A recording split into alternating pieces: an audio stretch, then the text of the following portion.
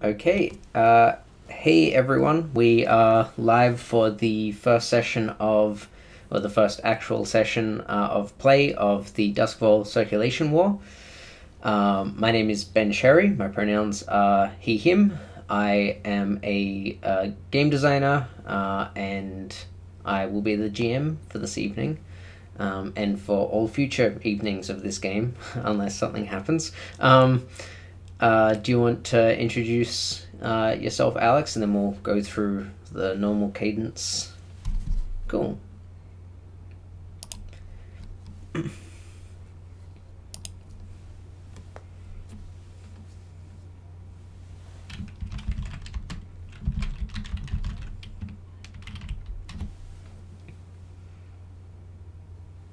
Cool. Brandon?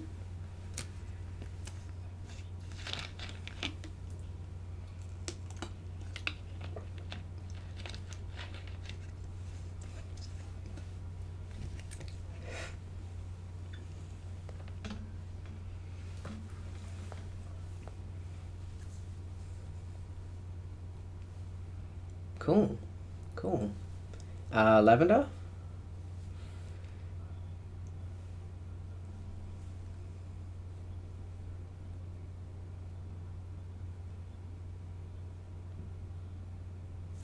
Oh, hang on a second. Apparently they're only hearing me. Ooh. Okay. They were such good intros. That's okay. okay. I'm a professional. I can just do it every single time. No emotions. Can you folks hear now? Hello? Can chat hear Hello. everyone? Testing. Hello? Can hear Lavender? Excellent. What about me? What about Brandon, Melody, and Alex? Oh.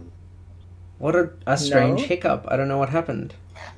Should we quit out and come back in? No, it sounds like everyone's good now. I don't know why. Okay. Everyone's good? Excellent. Okay. Excellent. So I've already been introduced, and that was heard for some strange reason. But Alex, do you want to begin again? Yeah, start again, yeah! Hey, my name is Alex. I go by pronouns they, them. I'm a community moderator for a lot of oceanic game communities, most notably a pretty large one for Overwatch. In my spare time, I like to stream quite a lot of games, and I am working on a magical human narrative game. Yeah. Excellent. Cool. Okay. Brandon. Right. Hi, I'm Brandon. My pronouns are he, him, but I wouldn't say no to the event. I am a poet, a speculative fiction writer, and I'm designing my own RPG at the moment. So that's what's Cool. going on with me. Awesome. Okay. Lavender, I think you're up next. Cool. I'm Lavender, or sometimes you can call me Adam. My pronouns are they, them, and I was the person who made that music that you heard on the break. Yeah, that fantastic music we heard on the break. I legit listened to it for 2 straight hours. I'm not going to lie. Just on repeat. And I think finally we've got Melody. Hello, I'm Melody. I design games and be on the internet and have a PhD and a butt, and yeah, that's me. Excellent. Classic. Okay, so it's been 3 weeks since we did our character creation and our crew creation. So if y'all are happy to, I'm keen to just sort of jump straight in, and we'll introduce sort of your characters when they are shown on screen for the first time, I reckon. Cool. Okay, so we get a cold open. We see the camera tracking along a busy multi-tiered wooden boardwalk. It's like the camera's way too close to a bunch of really vibrant, stinging electroplasmic lights that are adorning all these various stalls draped over with silk and canvas awnings, and it's all ringing around this really like hyper trendy market square. We see a man hauling a bag of garbage down the road, dodging a bunch of revelers. This man's clearly a lower class gentleman, and all of the revelers like around him are sort of middle class and up. Many of them are costumed, masked. It's sort of got a little bit of that like Victorian masquerade feel going on. We see a sheet of paper fly out of the trash bag that he's hauling, and scrawled on it is a note. It's clearly like an editor's note, a writer's note. Someone's scratched this down really quickly. It says, "In life, your body. In death, your ghost. You power their wealth." And then it's scratched out by someone else's hand. It's nighttime in Night Market. And whilst you normally can't tell in Duskwall, you can hear, because nighttime's when everyone comes alive. The sounds of music spill out from a dozen private clubs, music halls, bars, and other venues of various repute, scattered among the layers of the district. This whole place is built on like several scaffolds going up and going down into the earth as well. There's subterranean marble-lined avenues, as well as these wooden boardwalks that are stacked one on top of each other. The sounds of all of this music almost, but not quite entirely, drowns out the sound of a massive industrial printing press that is hammering away and churning away behind the stone facade that fronts on a series of offices, which are the main offices of the ink rakes. And these are very like Baroque sandstone fronted buildings, very rich facade, although it's sort of like fashionably dirty. It looks like someone has chosen not to clean. The camera pans up several floors past several layers of this wooden boardwalk, and then moves through an office window that leads into a writer's room. Inside this writer's room, we see a lot of relatively well-dressed, but like shabbily well-dressed folks sitting around in their own like faded stuffed chairs, and they're all positioned so that they're looking at an office, a glass-fronted office, inside which is one of the keeners talking to an old man who we get introduced to as being Orlan Vale, the head of the ink rakes, the chief editor.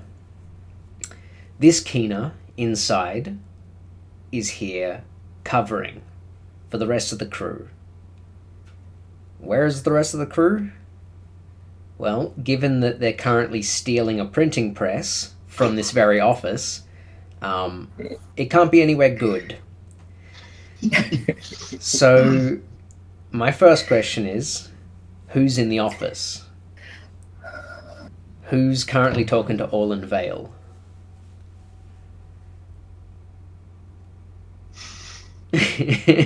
Who's our best people person? That's a good question. Do we have one? That's a Good question.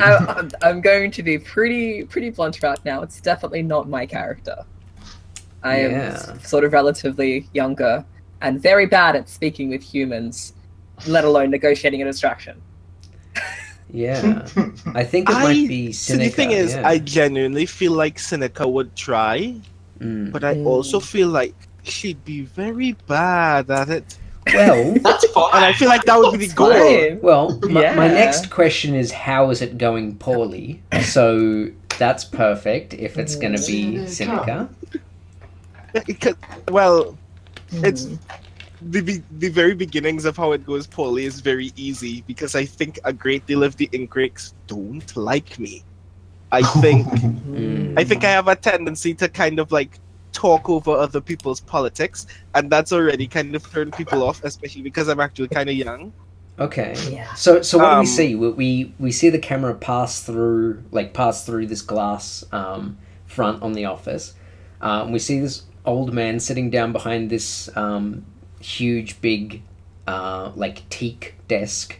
Again, it's it's nice and polished and expensive, but it's faded in places and the lacquer is peeling. And he's sitting back smoking in a grey sort of dinner jacket, smoking a pipe. He's got thinning hair on top and like scraggly hair around the sides, a little bit of a beard, and these small little round glasses on his face. And he's just sitting there puffing on this, probably looking a little bit tired and annoyed. And then we see the camera like wheel around to show Sinica. What does Sinica look like?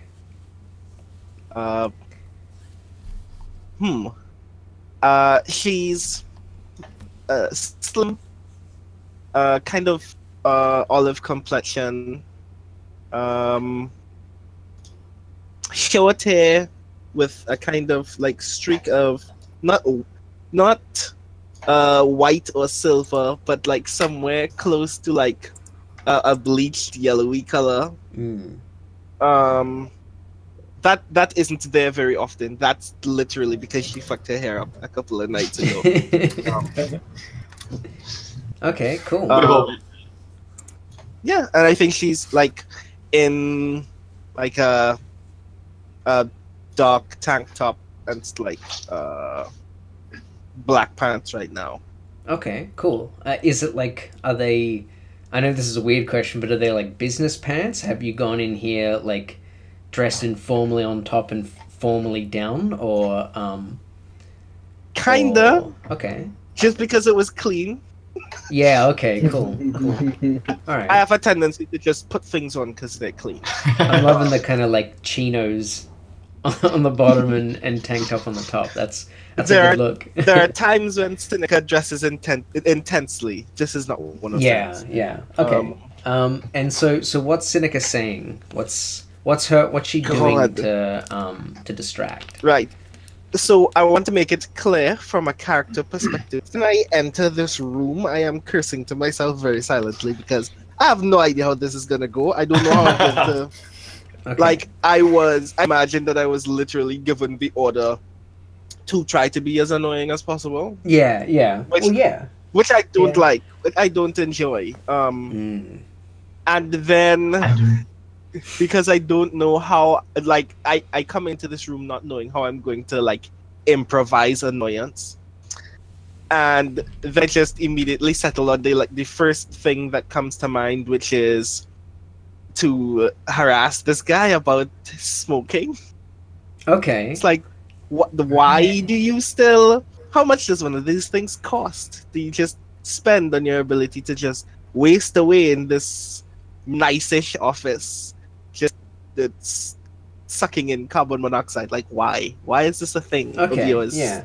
So you're just sort of like going off at this guy, and you know he's the chief editor, right? Like, so he's a pretty important dude in this building, and he's got this really tired expression on his face, as if he's sick of you, and he is, right? Like your crew have been a part of the Ink Rakes for some time now, and it's like I feel like you've been publishing your kind of whipping up stuff on the side through the Ink Rakes, and they've finally put a stop to it. And as of earlier today, Orlin told you and your friends to like pack up your desks, take a box, pack up your desk, get out, sort of thing. And he sits forward with his pipe and takes like a meaningful breath in with it. and then lowers it and like makes this big billowing cloud down on the table, like billowing off the sides of it, and he's like, it's billowing for a while, right? Like he's really like playing this out, and he says, would he call you by your last name or your first name, do you think? Like, do people know you as Seneca or Ms. Kim? Which one would he do like most insensitively? What would be his most inconsiderate way of greeting me? Yeah, probably Ms. Kivy then. Like, so he says, Ms. Kivy, we've had our disagreements, and I've already told you it's time you be on your way. This paper, this institution, it is respectable. It gets by on being respectable. It gets by the grace of our emperor, whether we like his policies or not. Miss Kivy, I have asked you to leave. Now you will leave. Is that understood? No. and he laughs, like he legitimately like laughs, and I think on that, like we see your face, no, and then the scene cuts, right? Like we cut over to what else is happening. Like that's enough of a, like, for him at least for now, like that's enough to keep him engaged, because he knows your bullshit, right? So where's everyone else? You don't necessarily all have to be together, because like maybe someone's outside, in a horseless motorized carriage ready to speed away when you somehow steal a printing press. Right. So what's the plan? I think, being the ex-laborer, I should be the one attempting to carry this. I don't know. I feel like I'm going to need another person. I feel like this is not a task I could carry myself. But I would definitely be leading the charge of like taking the thing out. Okay, so I'll bring up an image of what an old-timey printing press looks like. I found one. So this is like a sort of mid-19th century printing press. And this would be considered like old school. Oh, that thing's big. Yeah, old school in terms of Duskwall now. Like the ink rates have moved on to bigger and better things. So this is probably like stashed out back, gathering dust, dust caked in all of the keys, and it's gonna take time for you to clean out. Boy. Sorry? Mm-hmm. It's a greasy, dusty boy. Yeah, exactly, it's right. Covered in like machine oil and all kinds of things. And like the ink is all dry in it, and it's gonna be a whole thing. But yeah, one person, probably not even two people, could carry this thing out. You're gonna need like a trolley or something. Okay, like, is our plan that we're like chaining it to a cart and like just driving off? Yeah. Like just pulling it out? Someone did that at my high school once. Like, not with a car, but like they chained the safe to a car and just drove away with it. Wow. Okay. Is that the plan? Are we doing that? Like, was that the plan that you folks discussed before this? Why do I feel like we didn't have a plan? Yeah, okay. I feel like we got together and we were like, all right, we're gonna take this thing. Let's just get it out. We get it out, and then we'll just go. And then we're like, okay, sure. And then nobody really thought what was going to happen when we got it out, because that was the level of impossibility. Like, we were just hopeful that we could get it out. Yeah. Right. Yeah. Cool. Yeah. I mean, you were fired today, right? Like, you haven't had time to properly leave, so you're probably still in there with all of your boxes of like, family memorabilia and stuff like that. And you're like, before we leave, let's steal an old printing press. Let's get it out. Yeah. Okay. So, are like horse-pulled carts, and is that a thing in Doskvol? I can't remember. They are, horse-pulled cars are, but there are some like motorized carriages, and I'm happy for you folks to like have a motorized carriage for this, and it probably just like the printing press is on its last legs, sort of thing. Yeah. But like we can see, some, like, you know, one of you could have gotten one of them or something like that. Right. Cool. I'm totally okay with, like, we, like, open with, you know, like, me, you know, slamming on the brakes or whatever the equivalent is. Like, is it rainy? Is it raining? It's dark and, like, obviously nighttime. It's a clear night. Yeah, it's a clear night. Good night. Yeah. Yeah, cool. And, like, you know, like, screeching brakes as I, like, crash almost in front of the doorway to this place where we're getting it, and, like, you know, lean out and, like, have you got the press? Okay, yeah, so I've got another picture up on the stream now. This is what the kind of era of car we're dealing with is as well, because I thought we might deal with this, right? So, okay, cool. So we see that, like, this thing lurches up. These sorts of old-timey cars pretty much had 2 speeds, go and stop. So it was a very, like, harsh brake. So we see you, like, you know, jostle around in your seat, and then the camera, like, you know, steadies through the windshield, and we see Sabine. What does Sabine look like? Yeah, cool. So Sabine's basically wearing this, kind of like just laborers, comfortable, not terribly formal, very practical, lots of pockets, probably some, like, suspenders or something. Cool. She's like obviously like a Skovlander. She's just got that kind of, like, that look about her. She's got, like, kind of like a like was raven hair, but now it's, like, getting a bit salt and pepper. Like a long kind of, like, tied at the side. And, like, she's obviously seen some shit. She's got, like, kind of weather-beaten skin, and, like, a bunch of, like, tiny kind of scars on, like, one side of her face where she clearly got hit by shrapnel. Okay. And, like, her right eye is, like, the eyelid droops a little bit. But yeah, she's, like, determined, and yeah, she's, like, maybe, like, somewhere between, it's hard to tell, you know, somewhere between 30 and, like, 50. Okay, so she's, like, very much middle age. Yeah. Okay, cool. Yeah, and right now she's got, like, like a, you know, a look of, like, not desperation, but, like, urgency, like, as she's gesturing over to, if anyone is within sight at this point, or maybe I'm just getting out and finding them. I think you've probably, like, lurched up next to, like, a loading dock where, you know, they would, when, like, in the mornings, this is where everyone would drag the recently printed papers, and they would throw them on lorries, and then they would take them out and deliver them to the various stands. But obviously it's in the middle of the night.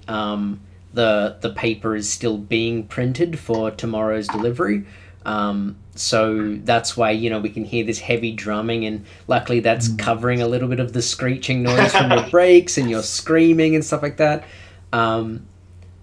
Okay, so then I guess we probably see probably Kane and Stavral, like, together. Not siblings, but family members together in this very odd caper that you're currently undertaking to steal a printing press. So I mean, what are you both doing? Like, I think you're muted, Lavender. Oh, okay. If we're vacating the premises, I'm assuming we're moving our stuff. And I think the moving our stuff part is part of the cover. So whether we've just loaded a whole bunch of stuff on a trolley and it's like our things, and then in the center, really, really terribly inconspicuously, not at all. Like, it's just this big sheet covering the printing press. We just thrown a sheet over it, right, to go incognito. Yeah. And around it, littered, is all a bunch of our stuff. And then together, we're just, like, heaving this trolley out as, like, as fast as we can go. Okay. Okay, so so what do we see? Like Kane directly behind, pushing this trolley. What does Kane look like? So Kane is like kind of like unusually tall. So like, I'm assuming like we're going like a 6'3", 6'4" category. Okay. They have these eyes that like at any point look like they could just zone out. There's huge, big, goggly eyes, kind of looking like they're always in another world if they weren't concentrating on what they're doing. Got this kind of like greasy hair, kind of a little bit longer. Obviously not very well kept. You can tell that there's someone who doesn't put any single thought into their appearance whatsoever. Like it doesn't even matter. They're wearing kind of a coat pushed up the sleeves a little bit. It's a coat that looks like they've honestly picked it up from a bin. It's got holes. It's got like tears on the side. It's clearly like, you are to keep me warm and to do nothing else. Okay. It's sort of a dark coat. And around their neck, they've got a whole bunch of this like dark chains, like black chains, with some like really weird sort of like blue overly things that we don't quite know what they are yet. Yeah. Okay. Like on the skin or like on the chain? appended things, like on the chains, like Yeah. they're little like orb things. Okay. Yeah. Cool. And we see Stavral. What do you look like? I think you're muted again, Lavender. You're muted. You're muted again. Still muted? Okay, mime out what Stavral looks like. We can cover you, like you can be elsewhere in a scene if you need to get your voice sorted. Oh, nope. Nope, still not good. Okay, you sort that out, and for now we've just got we've got Kane pushing this along. Okay, so so you're pushing this through this like little warehouse piece. And we see someone, like, you know, a side door opens up, and a young woman steps out. Her name is Vey.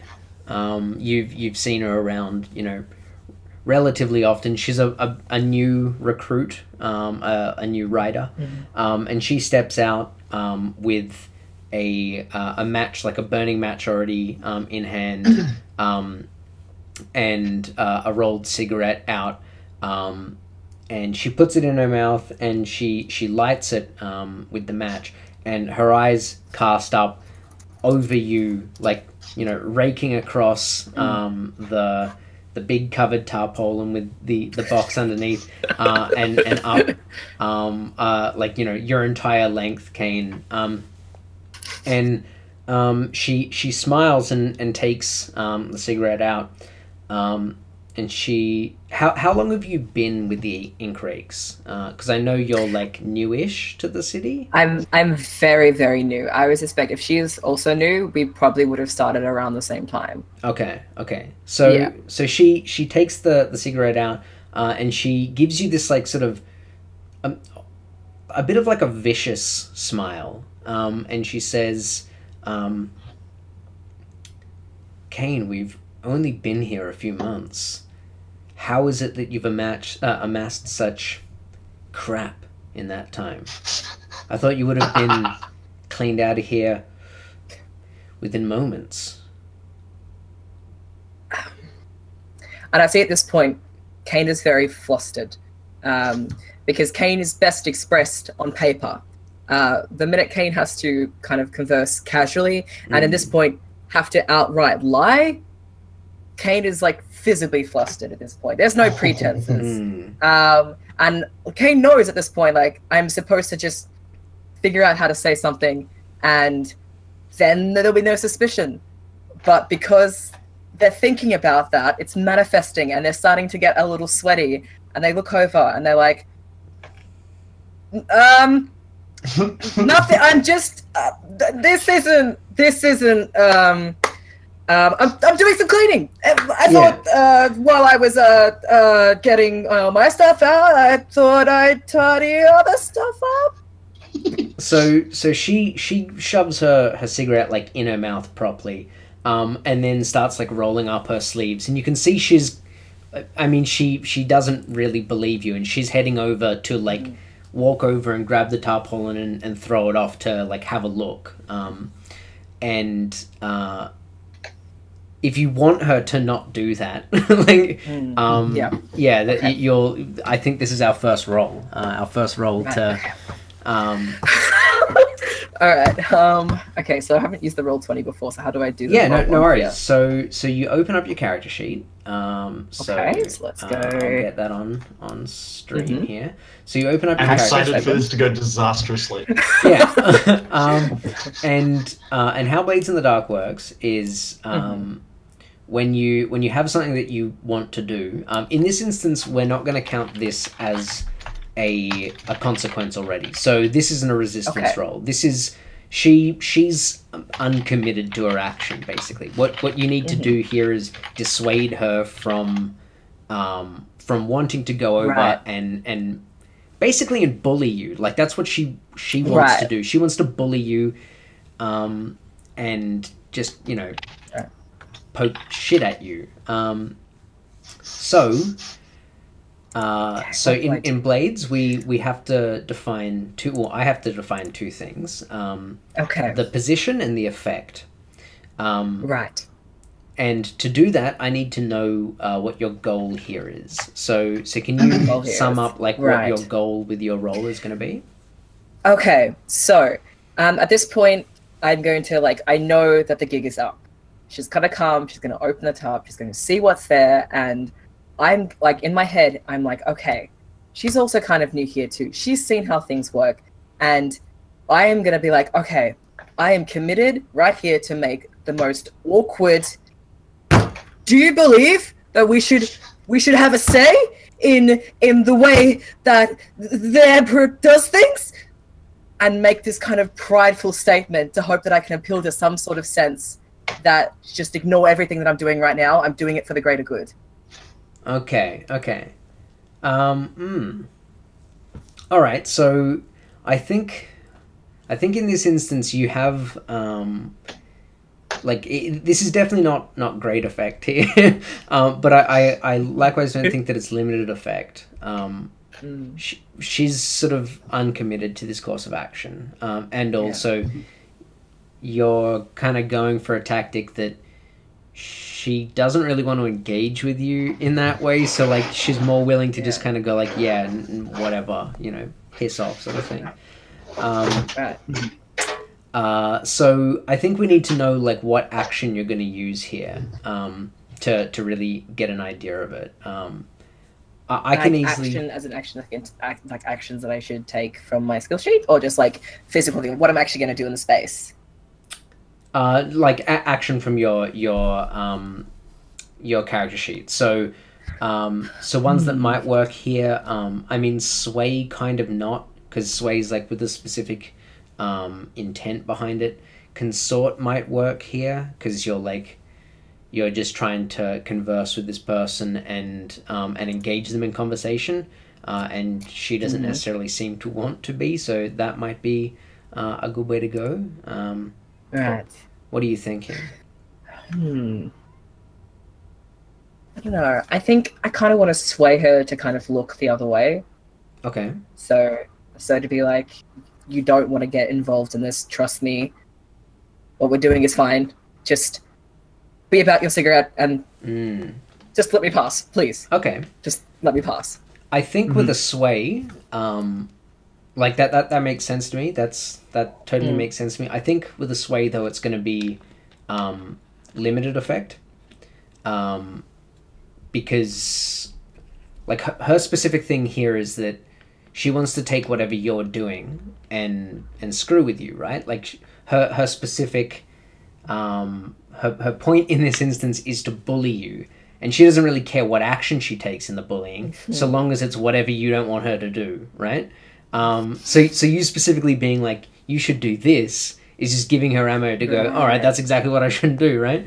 But you know, it might work. You might be able to convince Vey. So we've got our effect. It's limited, and on the risk side of things, the position. I think that this is risky. It's not controlled because like things could go wrong here, right? But it's definitely not desperate. She's not just going to slit your throat if you fail to convince her here. So I would say we're risky limited. So what you do is you click on the action you're using. You would click on sway, so that in the attributes and abilities thing. Yeah, down the side. So in your sheet, so under resolve sway, just click that. Select risky. Sway, yep. So click it. Yep, and then Position risky. Effect limited, and then that will roll. Okay, and they're bonus dice, obviously. So yeah. Oof. Okay, so so you're rolling on 0 dice. So we take the worst of the two, and the two are 2 and 3. So no matter what, it's a fail. So a risky failure. And sorry for folks at home who have played Blades before. I'm just going to step through the mechanics like slowly for this first few because a couple of folks are learning it. So failure on a risky roll is that things go badly. You suffer harm, a complication occurs, you end up in a desperate position, or you lose this opportunity. I mean, harm doesn't make any sense. Complication doesn't make any sense. Oh, actually, complication does make sense. But what I'm thinking of going for here is so she smirks. You stammer this out.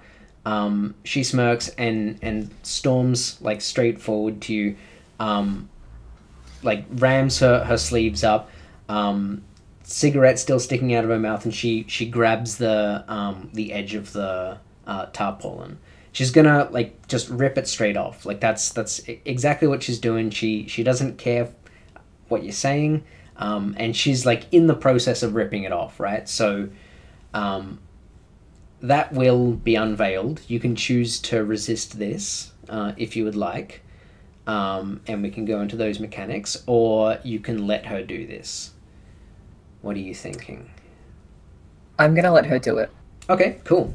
Right, so consequence eventuates. She grabs it, tears it off, and we see like her mouth go like slack a little bit, and the cigarette falls out and lands on the tarpaulin, now like ripped off and thrown on the ground. And like stutters a bit and drops a little bit of its embers on the tarpaulin. And she stands there like a bit taken aback, like she's just, you know, she's uncovered that you're in the process of stealing this quite expensive big bit of machinery. Like it's old machinery, but you're still stealing it and it's still expensive, right? And so she's standing there a little bit dumbfounded. Now, Lavender, does your mic work? Maybe. Yes, it does. Excellent. All right. Good. So I think that this is a perfect opportunity to bring Starville in, because the situation has just been rocketed up to desperate. She's like flashing cane eyes, like, oh shit! Like I was joking around, but this is, you know, this is bad. I should go and get someone, sort of thing. Mm-hmm. Where do we see you? I think on the stairs to like the main part of the building, and like I say, well, now you're a witness, just from the top of the stairs to like the main, like central part of the ink rake building. Yeah. Okay, so you're out of shot when you say this. Like at the back of the shot, we can see the edge of a staircase that like leads up into the actual offices instead of the printing room where she's come out of. So we hear that, and then we see you descend down the stairs, and we get like a cool Starville entry to. Okay, so what does Starville look like? Like very finely dressed in juxtaposition to Kane. Mm. They, I think they have a very like refined Ecorosian accent, like maybe almost like Imperial City accent. Okay. The most educated and refined presentation possible. Okay. And they're a Dagger Islander, right? Mm-hmm. Yeah. Okay. Cool. Yep. Okay. So what's Stavel's like hair? What's going on upstairs? Not literally. Not that you're on stairs. I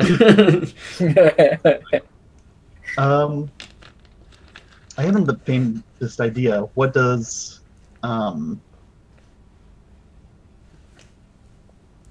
Kane, do we have any like weird like hair recession in our family really, or not so much, or I think really good I think I'm kind of picturing Kane with like really thick, really kind of like greasy, scraggly, long hair. So if you want to work with that kind of like thick black hair at any point.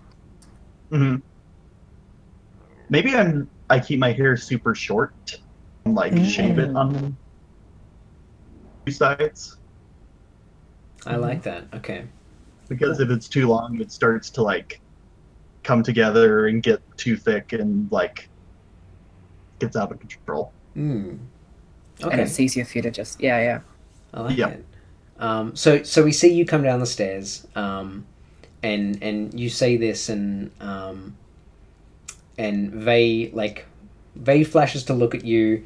Outside, Sabine, you're in the car, and you can see in what's happening here. You might not be able to like clearly, distinctly hear everything because of the sounds of revelry coming down the street and like this constant churning, but you can see someone else has walked in on the scene. What do you do? Now you're muted. Oh, Oh no. Fixed. That was my Beautiful. fault. So, yeah, okay. Yeah, I mean, that's not good. No matter what is being said, it's not great. So, I think I, like, under my shirt, I, like, you know, grasp for a moment the hilt of my pistol. But just in, like, I know that it's there. Just reassuring myself. Okay. And I get out of the car, and I'm gonna kind of just...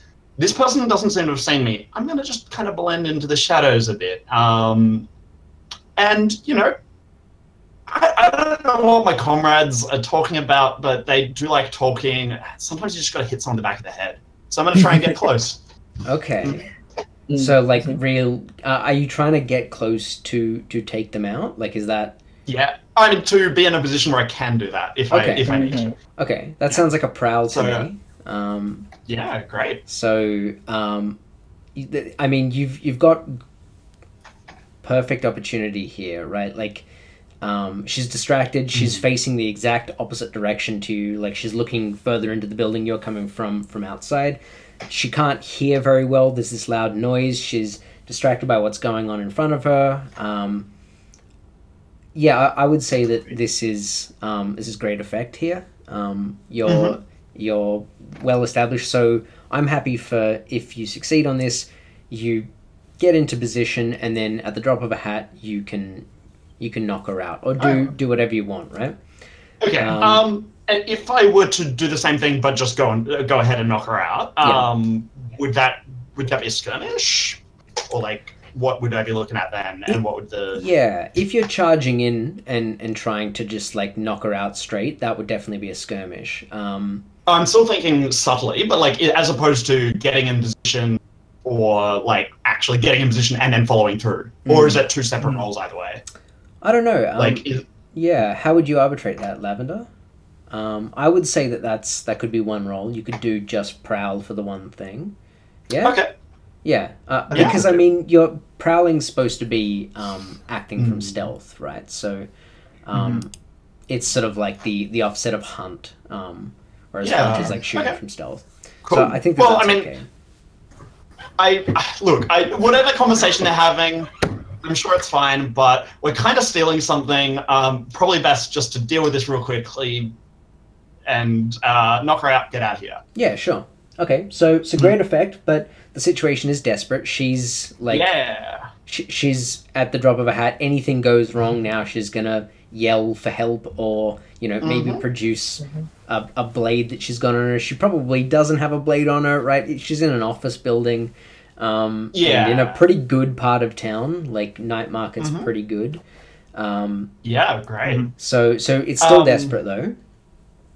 No, that's totally I have fine. a question. Yeah. Am I setting Sabine up to roll with command by just like commanding the attention of the room? I'll let you do a command to set this up if you would like to really engross her attention. There. Yeah. And you can probably see me getting out of the car, like back against the wall, moving closer. Yeah, like absolutely. Yeah. Okay, yeah. So yeah, go for a command. This is desperate. So obviously the risk that is involved here is that if this command goes poorly, you might remove the opportunity for Sabine's action. But at the same point in time, if it goes well, you will bolster Sabine's roll, right? So will that give me extra dice? Yeah, it'll give you an extra die. Or will it give you an extra die, or extreme will increased effect? With setup, I'd be increasing the effect. Or dang! So cool. Yeah. Okay, yeah. So it would go to extreme effect. So it wouldn't even be a situation of like we wouldn't be dealing with a tussle. It's just big bang. Yeah, pretty much. Okay, Yep. cool. So it's desperate here. Your command, and I think you've got standard effect. There's nothing particularly like she's not intimidated by either of you. Not in the slightest. She thinks that she's holding all the cards here, right? You're fired and you're stealing something and doing dodgy yeah, shit. and she doesn't expect that this is going to escalate to violence. So desperate stand. Yeah. I get an extra die here from something? You want to see if there's a devil's bargain in it? Yep. And if there isn't, I could just push myself in and just like use my biggest voice, command the attention of the room. I can't see a devil's bargain personally. Can anyone else see something that we can do a trade-off? So what is it exactly that you're saying? Yeah, it's a good question. It was just the thing that I said at the beginning, where it's like, oh look, we have a witness. Right. And there's the threat there. Is the devil's bargain that like she knows that it's escalating to violence then? Like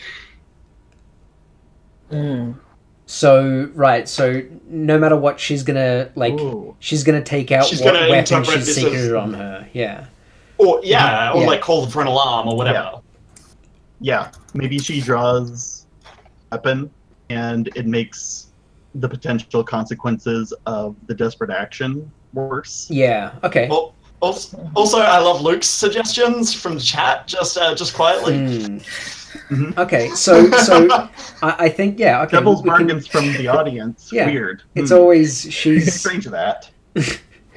Yeah, absolutely. She falls in love straight away. That's ridiculous. What a ridiculous devil's bargain. So we see her like when you say that, she instinctively like she must have grown up on the streets somewhere, because instinctively, like lightning, she's like flicked out and produced a straight razor. Like, and she's not like going to use it straight away, but like it's in her hand. You've come down, you've spooked her, you've said this, and it's out. Now we need to see if you've commanded her attention. So now give me that roll with your devil's bargain die. Perfect. Oh, okay, a 5. So that means, I don't know if the devil's bargain helped there, but maybe you would have gotten that 1 instead. So a desperate 5 means you do it, but there's a consequence you suffer. which is severe harm, a serious complication, or you have reduced effect.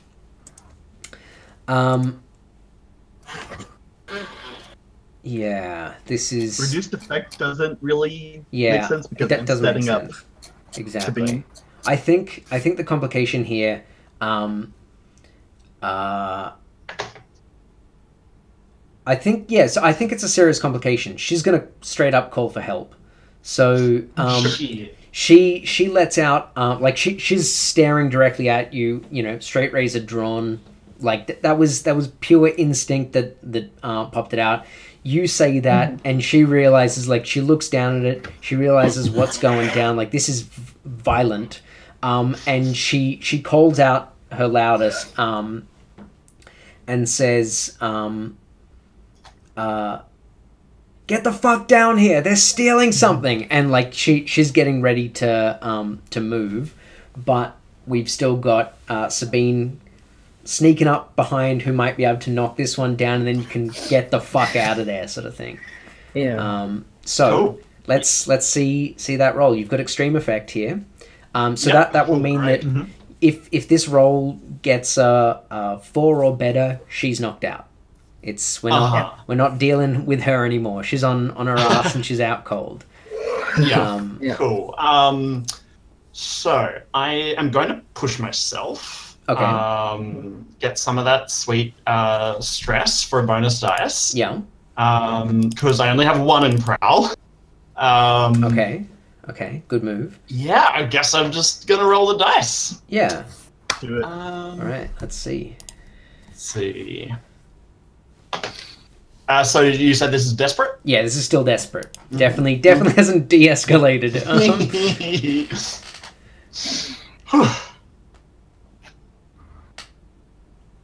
Come on, it's taking... Oh, okay, I thought it would... No, it doesn't. There we go. Yeah. Oh, yes! Oh, Yes! okay. Yes! A 6. Yes! All right, Talking so- shit. Crit. Yeah, that's it. Well, close. So we see she calls out, "The fuckers are stealing something," and then straight after she finishes talking, we see, how are you knocking her out, with the butt of your pistol? Yeah. Or, you know what? I am going to tick the gear for an unusual weapon and pull out like a blackjack. Oh yeah, okay. So you just Yeah. thump her across the back of the head. She goes down. The bang of her falling on the ground isn't loud enough to alert people more than they already are. And then we peel up to upstairs, in the office, and Oh no. and everyone has just like everyone's heard that, right? They're stealing something. You're standing right there in the room, Sinica. Now you can resist that consequence for like Orlin in this situation, but it's definitely occurred, right? Mhm. I think you might be muted. Oh Yeah, no. yeah.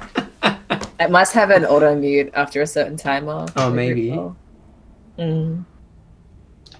I mean, when it was me, it was just because I accidentally pressed mute and forgot to unmute Yeah. myself. Still not For unmuted. me, what happened was my internet connection was being a little twitchy, and for some reason it decided to stop receiving audio from my webcam. Oh no.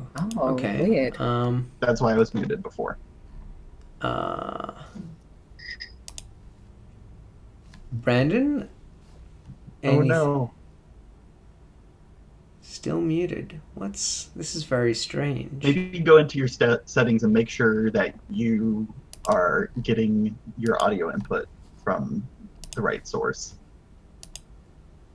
I might switch. I've accidentally switched. Yep.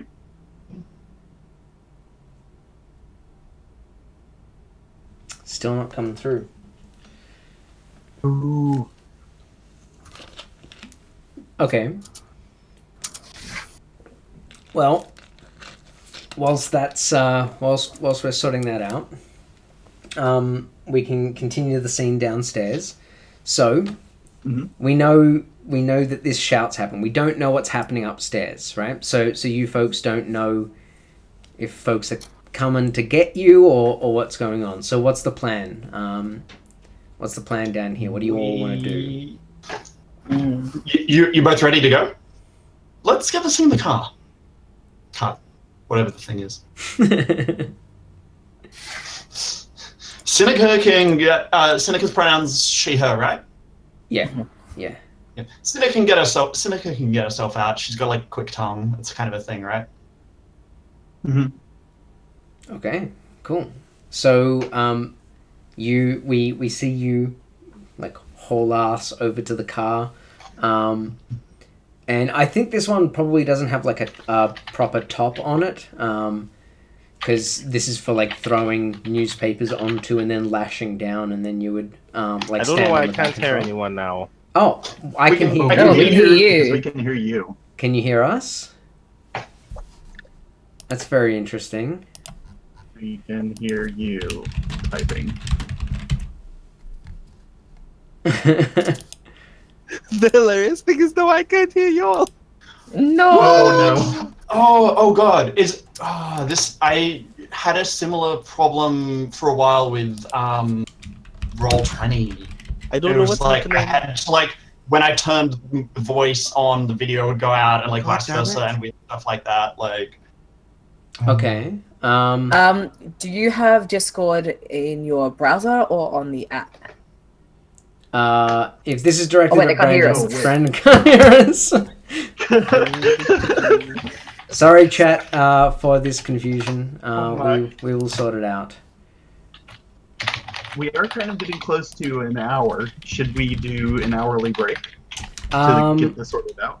Yeah, that's a good idea. Okay, so we will be back in a moment. Someone quickly type to Brandon, then we'll be back in a moment. I'll say we'll be back at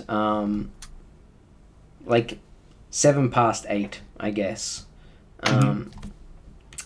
This is totally not an excuse sorry. to get everyone to listen to my music again. 8:05, not 8:07. That's a very strange time for us to come back. so did you say 8:05? 8:05, yeah. Cool. Okay, so we will see you in a sec, folks.